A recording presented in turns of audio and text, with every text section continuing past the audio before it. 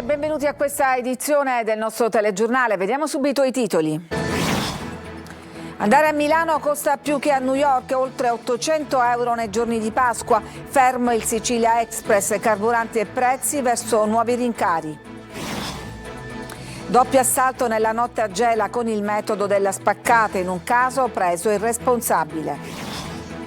7 raid vandalici in una scuola di Paternò chiusa per lavori, la preside chiede tempi certi, mentre i 500 alunni sono sparpagliati tra vari istituti. In provincia di Palermo un caso che ricorda quello della famiglia Nel Bosco, il tribunale si sta occupando di 2 bambini che vivevano con le madri in una piccola comunità lontano dagli agi. 2 operazioni antidroga in Sicilia, a Messina blitz contro una rete di trafficanti tra il capoluogo e la costa tirrenica. A Ragusa a gestire il traffico era il professore. Schifani tra 2 fuochi dopo la vittoria del no, le opposizioni chiedono le sue dimissioni, resa dei conti anche tra gli alleati.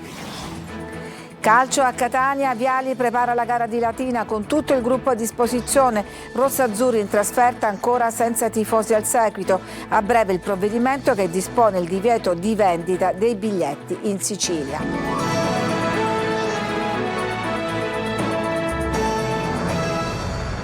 Voli alle stelle per le vacanze di Pasqua, oltre 800 euro per un Milano-Catania, praticamente costa più che volare su New York. Sentiamo Roberta Lunghi.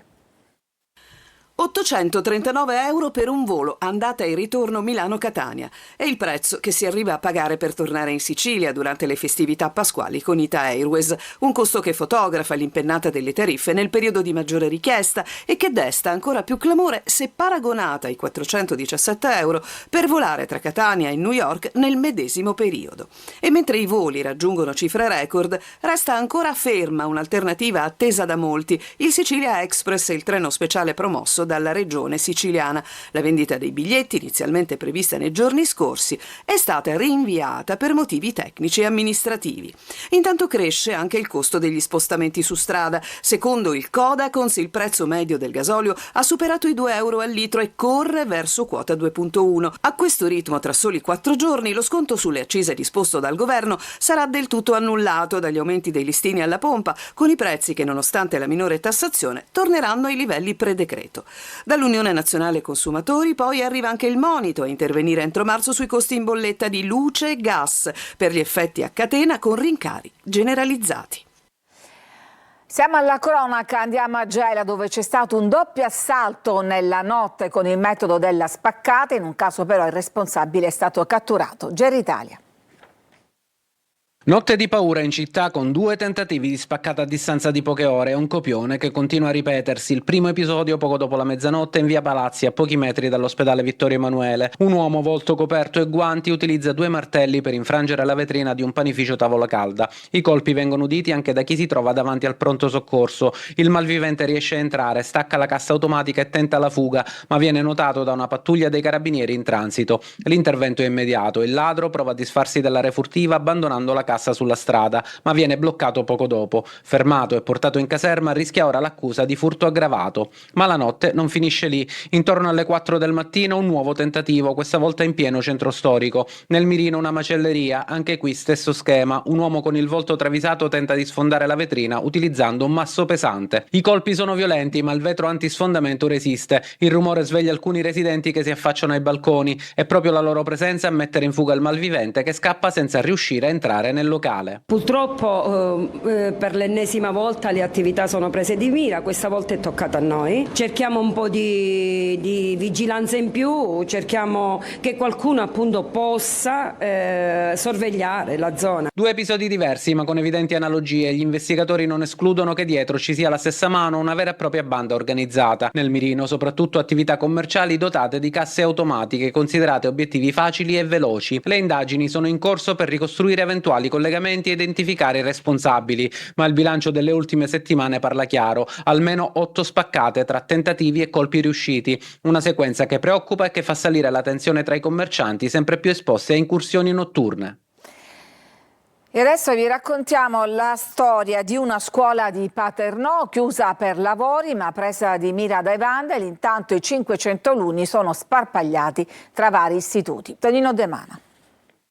Chiuso agli studenti e al personale scolastico, preside compresa, aperto a ladri e vandali che hanno depredato e distrutto ogni cosa. Questo il primo paradosso. Il secondo è ancora più assurdo. La scuola in questione, la GB Nicolosi di Paternò, è un cantiere aperto per interventi finanziati con fondi PNRR. Fine lavori 30 marzo 2026. Noi avevamo come termine detto che il 30 marzo sarebbero ultimati, non sono per nulla ultimati, addirittura sono veramente al di là dell'essere ultimati, principalmente non abbiamo un termine preciso. All'inizio ci hanno detto a giugno saranno ultimati, non si sa se finiranno a settembre. Cantiere off limits a tutti, tranne che ai teppisti. Da queste parti si contano 7 raid vandalici in meno di 3 mesi. Oltre a 40 PC rubati, arredi devastati, estintori svuotati e tanto altro, qui si ruba per necessità e si distrugge per gioco. Questo cavolo quanto costa? Quasi 2.000 euro, ma anche gli armadi hanno distrutto le ante proprio appositamente e non si possono più recuperare gli armadi. La preside chiede tempi certi per l'apertura della scuola,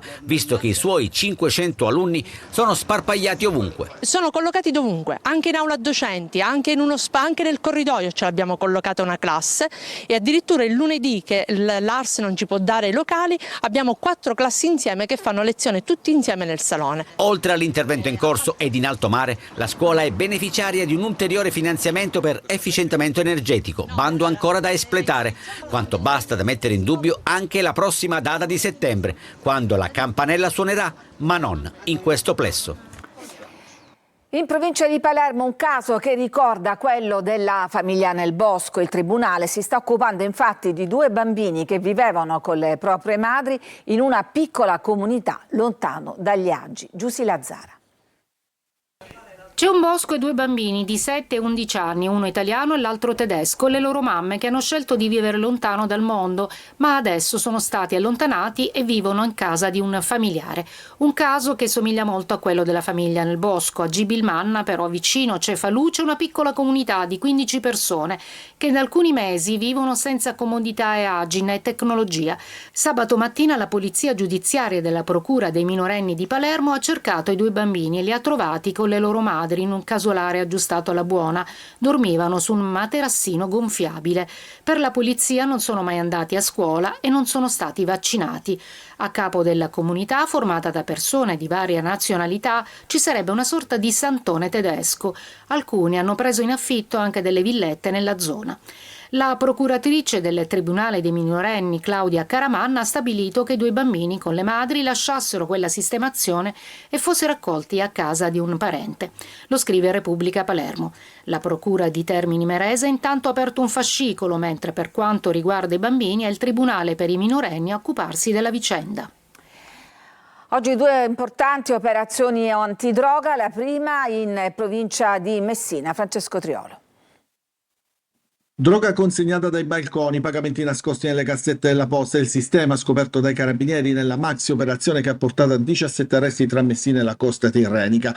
All'alba oltre 100 militari della compagnia di Milazzo con il supporto di un elicottero e delle unità cinofile hanno eseguito un'ordinanza di custodia cautelare in carcere su richiesta della direzione distrettuale antimafia di Messina. Le accuse sono pesanti: associazione finalizzata al traffico e allo spaccio di droga, detenzione e cessione di sostanze stupefacenti, minacce e porto illegale di armi. Le indagini avviate nel 2023 hanno fatto emergere un'organizzazione strutturata e radicata sul territorio con ruoli definiti, un vero e proprio cartello attivo tra Messina, Milazzo, Barcellona e fino alle Olie. Hashish, cocaina e crack venivano approvvigionati soprattutto nel quartiere di Gazzi, per poi essere smistati attraverso una rete di corriere e staffette. Per eludere i controlli, i pusher adottavano strategie sofisticate, consegne rapide, spostamenti studiati e persino interruzioni del viaggio nei pressi dei caselli autostradali. La droga veniva chiamata caramelle, pietra, torta al cioccolato, 4 formaggi e facevano ricorso alle applicazioni messaggistica istantanea per comunicare senza essere intercettati.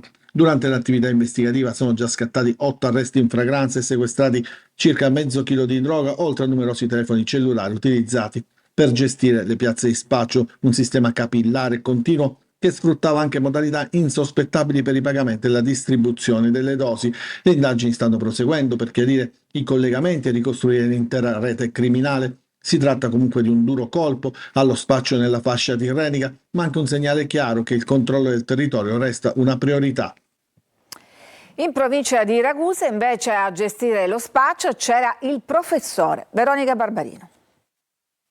Lo chiamavano il professore e sarebbe stato lui a coordinare un'organizzazione ben strutturata dedicata al traffico di stupefacenti tra Comiso e Vittoria. Sotto di lui diversi soggetti con ruoli ben definiti e legati anche a contesti familiari locali. È quanto scoperto nell'operazione Drug Parking, condotta dalla Polizia di Stato di Ragusa e coordinata dalla Direzione Distrettuale Antimafia di Catania. Un'indagine avviata nel dicembre 2023 che ha fatto luce su un sistema organizzato che gestiva lo spaccio di cocaina e marijuana rifornendosi dalla provincia di Vibo Valentia. Diverse abitazioni, un autolavaggio e un magazzino ortofrutticolo erano le basi operative per nascondere e smistare la droga. Questa poi veniva consegnata in parcheggi e aree periferiche. Strategia studiata per eludere i controlli delle forze dell'ordine. 8 le persone finite in carcere e 2 agli arresti domiciliari. Sequestrati inoltre 16 kg di cocaina per un giro d'affari stimato in circa 2 milioni di euro. Tutti sono accusati di associazione a delinquere finalizzata al traffico di stupefacenti. Uno dei provvedimenti è stato notificato a un soggetto già detenuto. Controlli a macellerie nella zona della fiera di Catania. La carne veniva tenuta nella sporcizia più totale. Orazio Longo. La carne era custodita in un deposito particolarmente sporco, tenuta a terra vicino a detersivi, tra cui alcuni corrosivi e pericolosi per la salute. Maxi sanzione da 9.000 euro e sequestro della merce. È il risultato di uno degli interventi dell'operazione di controllo coordinata dalla polizia a Catania e tesa a garantire la sicurezza della filiera alimentare.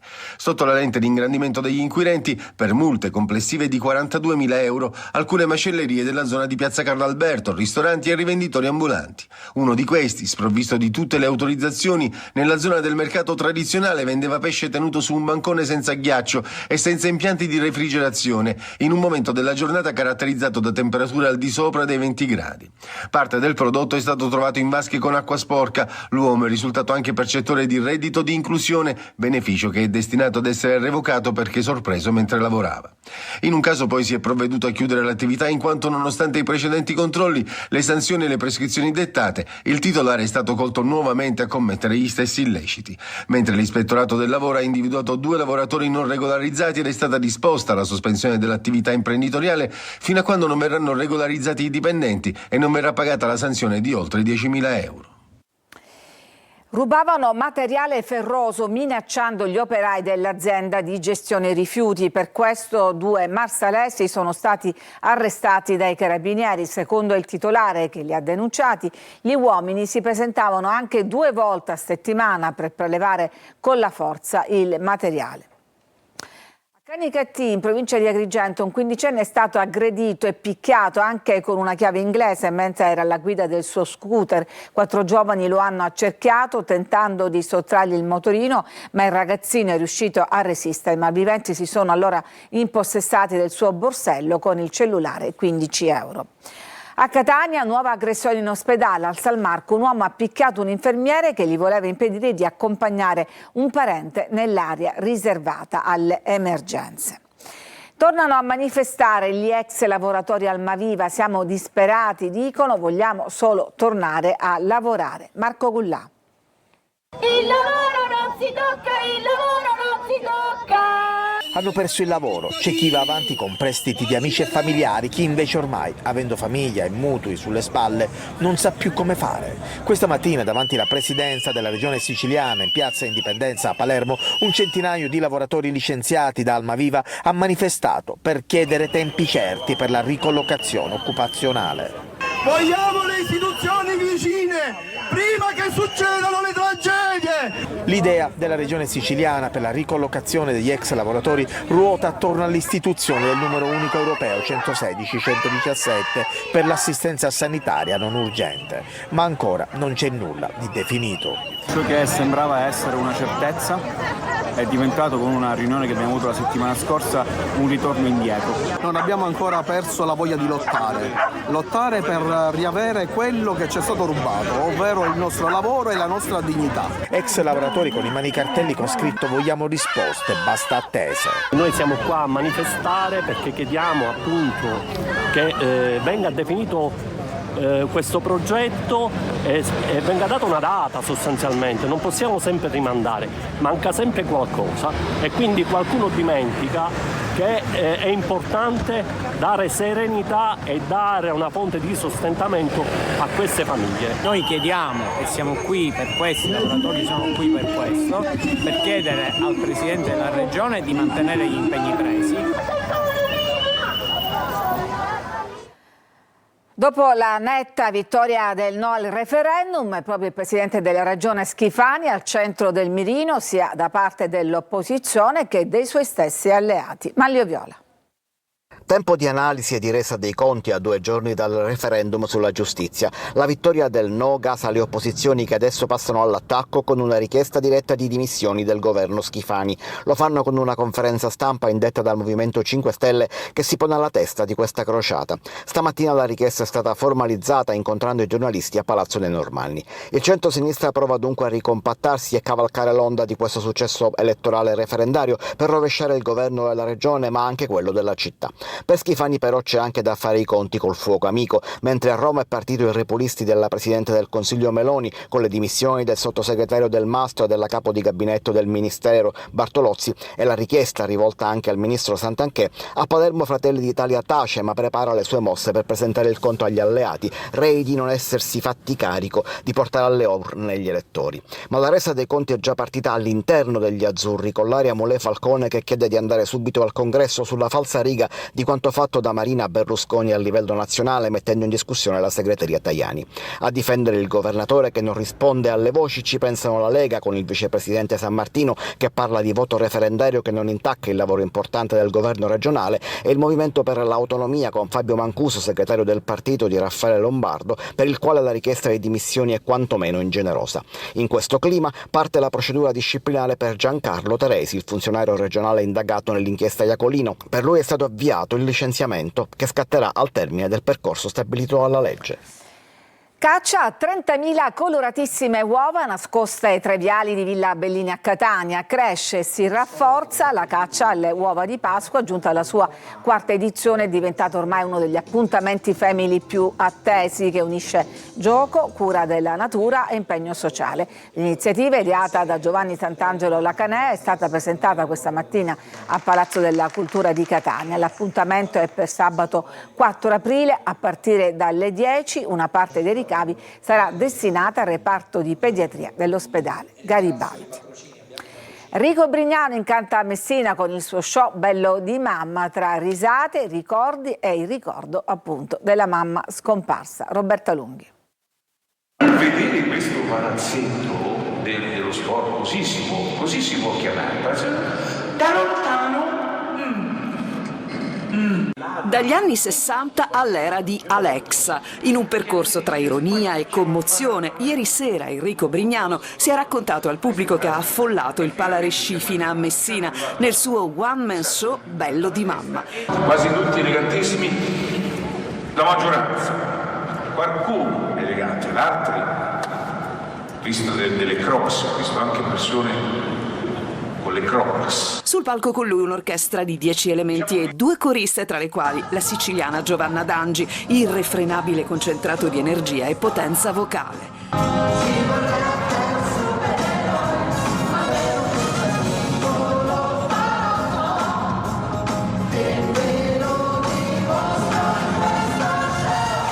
Brignano ha narrato vizi, manie, abitudini moderne, con al centro l'idea che tutti, prima o poi, cerchiamo quella voce o quel ricordo di chi ci faceva sentire al sicuro. La sua voce confortante Brignano l'ha ricordata con commozione. La madre Anna, scomparsa un anno fa, proprio quando l'attore si trovava in tournée in Sicilia.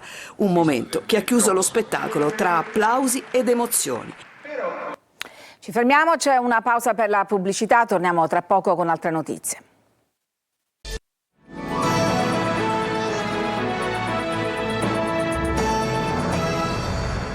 Inseguimento ad alta velocità fra le strade della provincia di Catania. I carabinieri si sono messi alle calcagna di 3 macchine che procedevano insieme alle prime luci dell'alba sulla statale 284 da Biancavilla a Paternò. A insospettire i militari è stata proprio la grande velocità della colonna. L'inseguimento è andato avanti per una decina di chilometri ed è proseguito sulla statale 121 con una guida molto spericolata che ha messo in pericolo sia i carabinieri che gli altri automobilisti. La fuga si è conclusa nella frazione di Piano Tavola, dove il ragazzo che guidava un'utilitaria si è fermato davanti ad un deposito in stato di abbandono. Il 19enne residente a Belpasso è stato arrestato, mentre le altre 2 macchine sono sfuggiti ai militari. L'auto bloccata è risultata rubata e il ragazzo è stato trovato in possesso di marijuana.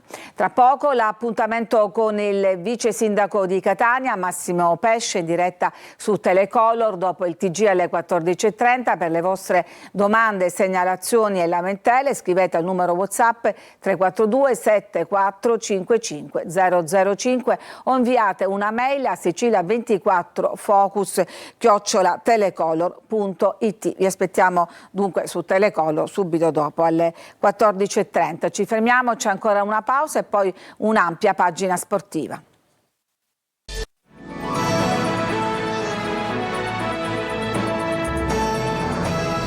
Siamo alla pagina sportiva. Catania in campo oggi pomeriggio per l'allenamento. Viali prepara la trasferta di Latina con tutto il gruppo a disposizione. Sentiamo Francesco Triolo.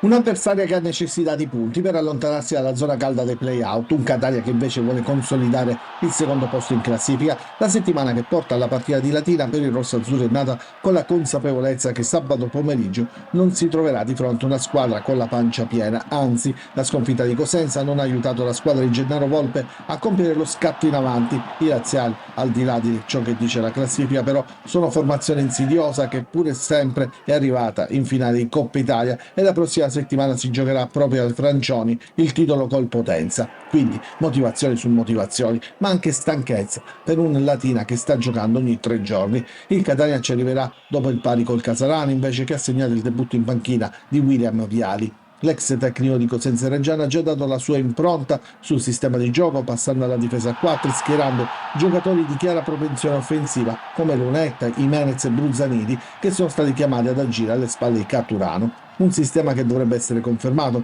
magari puntando anche su Cicerelli, ormai parte integrante del gruppo, rientrato nel finale della partita di lunedì, appena qualche minuto, ma pian piano dovrebbe avere più spazio. Alla tira non ci saranno assenti ulteriori rispetto agli infortunati di lungo corso, ci sono invece 2 diffidati in più, Jimenez e Di Tacchio, che si aggiungono a Casasola. Manca ancora il provvedimento del prefetto di Latina, ma la trasferta laziale sarà vietata ai supporter del Catania. La scelta è dettata dalla recente rissa tra gli ultra rossazzurri avvenuta nei pressi di Piazza Europa, seguita da spedizione punitiva a Piazza Castellursino. Per questo motivo sarà disposto il divieto di vendita dei biglietti ai residenti in Sicilia. La crisi societaria del Siracusa, una cordata formata da 10 imprenditori locali, tratta l'acquisto della strada, ma gli sportivi sperano, ma la trattativa non sarà così semplice. Marco Petrolito. Tante le novità all'orizzonte, con i tifosi siracusani più che mai in apprensione per il futuro del sodalizio azzurro. Al di là della penalizzazione in arrivo domani, la seconda di questa stagione, appare sempre più forte l'interessamento da parte di Lino Elicona, imprenditore siracusano che in passato ha maturato varie esperienze nel mondo della pallamano.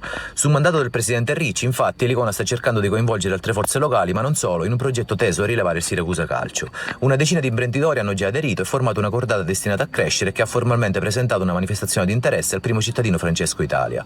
L'esito della trattativa però rimane legato alle richieste del patron, che per lasciare il timone del sodalizio intenderebbe recuperare la fideiussione, si parla di 750.000 euro, ed ottenere una buona uscita di 2,50. Richieste che, se confermate, potrebbero in qualche modo complicare quella che comunque appare come un'imminente cessione del club. La situazione resta incerta, con gli sportivi redusei che si attendono segnali rassicuranti in tempi brevi, consapevoli del fatto che entro il 16 aprile ci sarà la quarta scadenza, relativa ai pagamenti degli stipendi dei mesi di gennaio e febbraio.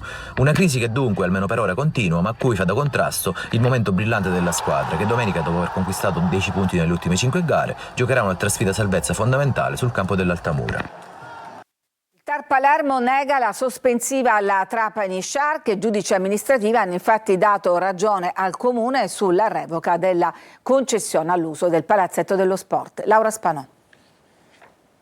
La prima sezione del TAR di Palermo non ha concesso la sospensiva richiesta dai legali della Trapani Shark contro la determinazione dirigenziale dello scorso 9 febbraio con la quale era stato notificato alla società cestistica lo sfratto dal Paladeidone. Con il provvedimento infatti il Comune di Trapani ha dichiarato risolta, decaduta e revocata la convenzione sottoscritta nel 2023 con l'allora Trapani Shark SSD per utilizzare l'impianto per le stagioni sportive dei campionati di basket.